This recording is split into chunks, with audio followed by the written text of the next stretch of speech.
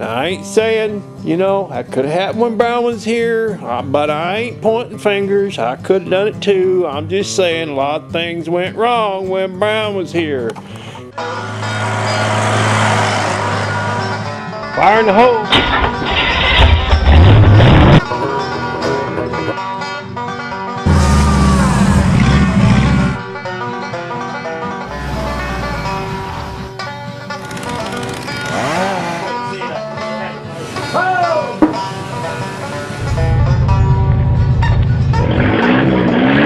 I do believe my pants are on fire. Third rattler up.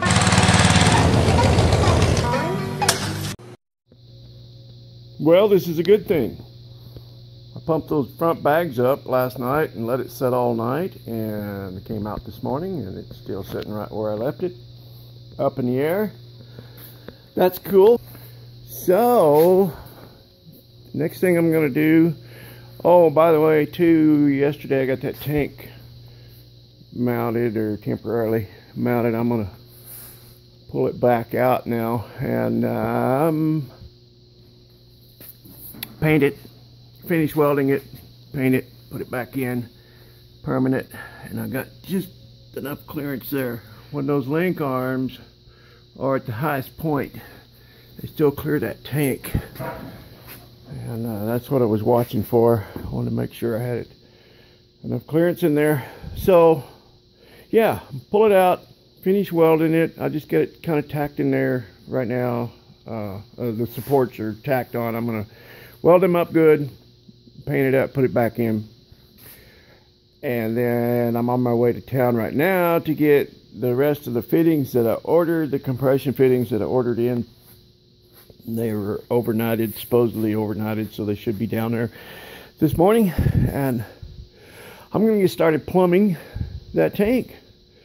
And if I've got everything I need, all the fittings I need, I should, yeah, I should have my air system about done for the plumbing part of it.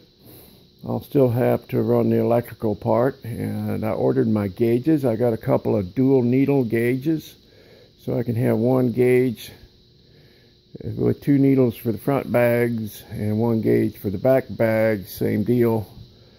And I got my pressure switches coming, and that's enough for now. All right, see you.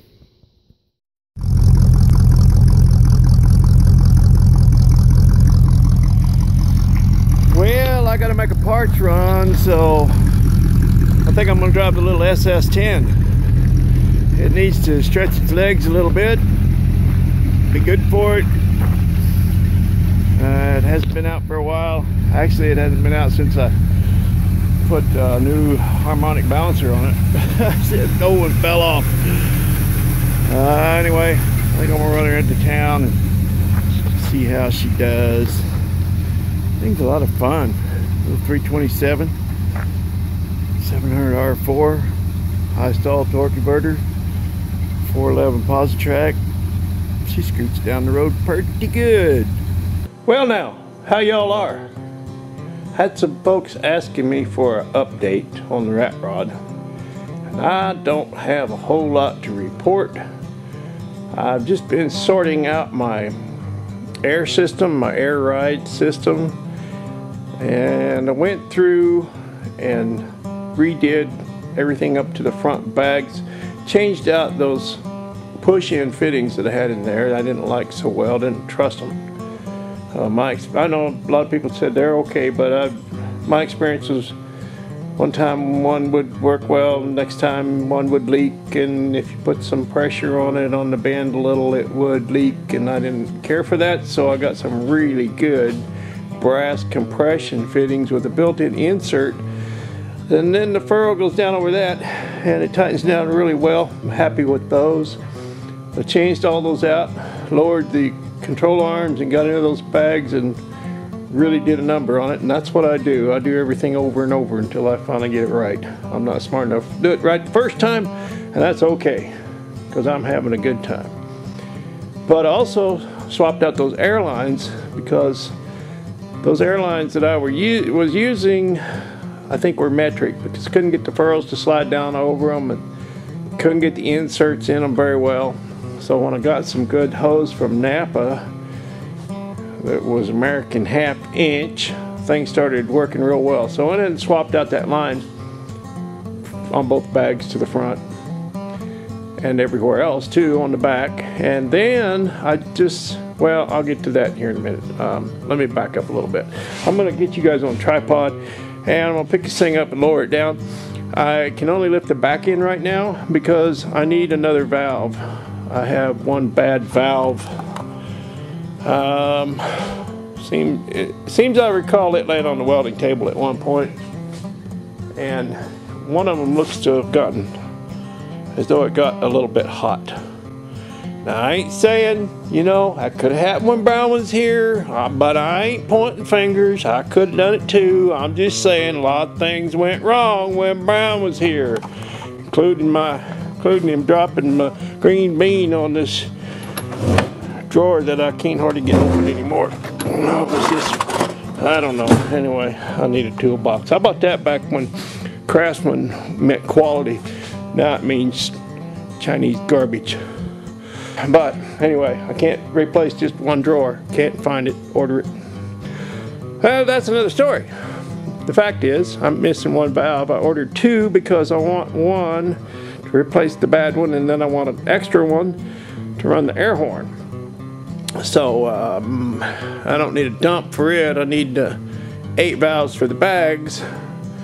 One to charge each bag and one to dump each bag.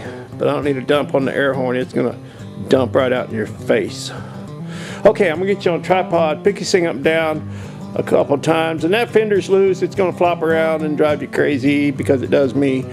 But this is just in the interest of showing that the air thing works. And oh, by the way, once I replaced all those fittings and that hose, fittings on the back, new hose everywhere, what I did was just tee the line, the 2 front lines, and tee the 2 back lines, and just ran them, just charged them, I think, with the air hose, just to check for leaks. And I had no leaks, and both front and rear held up overnight, right where I left them, same pressure, so that's a good thing. Okay, where's my tripod? There him is. Come here, shorty. Okay, pay no attention to that man behind the curtain or that fender flopping around. See if I can pick this thing up. I remember which switch does what. One's the dumper and one's the filler.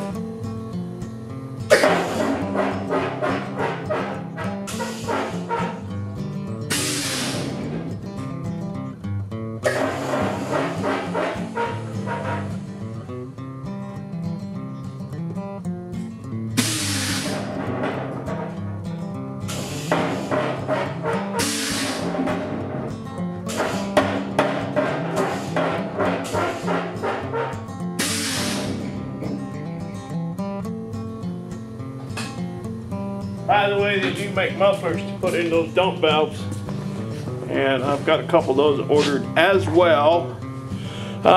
This is just laying here, just a little support for this, because I do have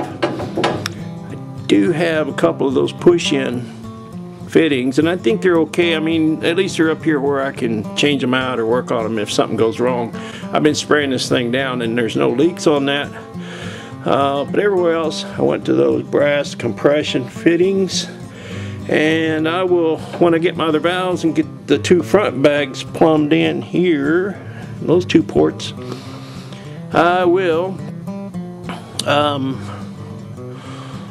build a support, probably come off of here, off of this and back, to hold this up, maybe with some rubber grommets on this hose, or I'll devise a way to hold that up. It would probably be good to have this little bit of flex in this. The way this thing jumps around when it picks up and down, there's just a long way to go. Oh, it's got a long way to go. But, you know, I started. You know what I started with? So sometimes I wish I wouldn't get these crazy ideas, because then I have to execute them. And it gets rough sometimes. Okay. These are the valves I'll be running. The gauge is teed into the front lines right now, so I can't show you how it works, but it is focus, Focus. Hello. Can we focus, please? It is a dual needle gauge, and I have 2 of these, so I can adjust each bag separately. Well, covered a little bit of ground today. Hey, how you like that jack handle I made today? I got one arm that's longer than the other one. Anyway, I made a little progress today, actually. My goal when I set out today was to get one of these running boards mocked up, and before I could do that, had to do a lot of other things. Oh, and it's 9 o'clock at night, and I've been on it for 12 hours straight. Stopped about 10 minutes for a sandwich. I got those rear fenders mounted secure enough that I can pick this thing up and down. They're not going to fall off. And so the next step is to tie these running boards in, because that will strengthen the whole thing.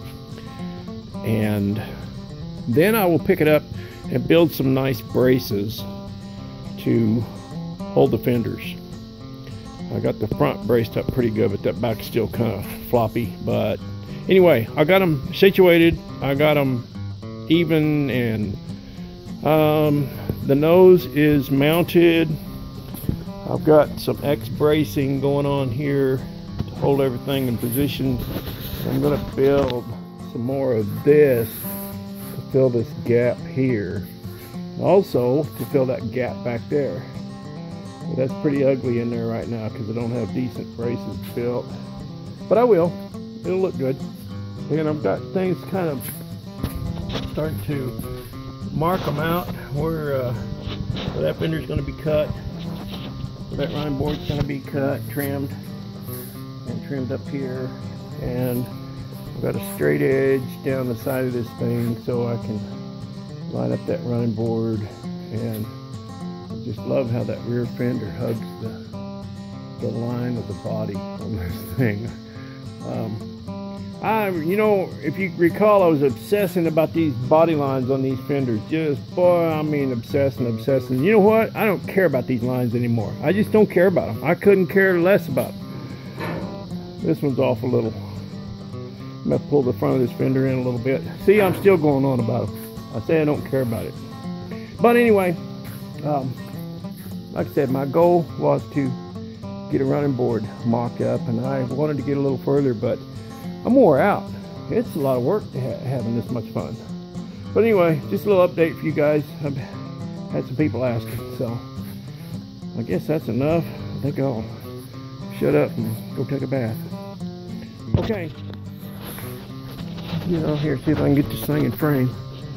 I don't know how this is going to turn out. I'm just taking this video with my phone, so let's see how it goes. Appreciate you watching. See you soon.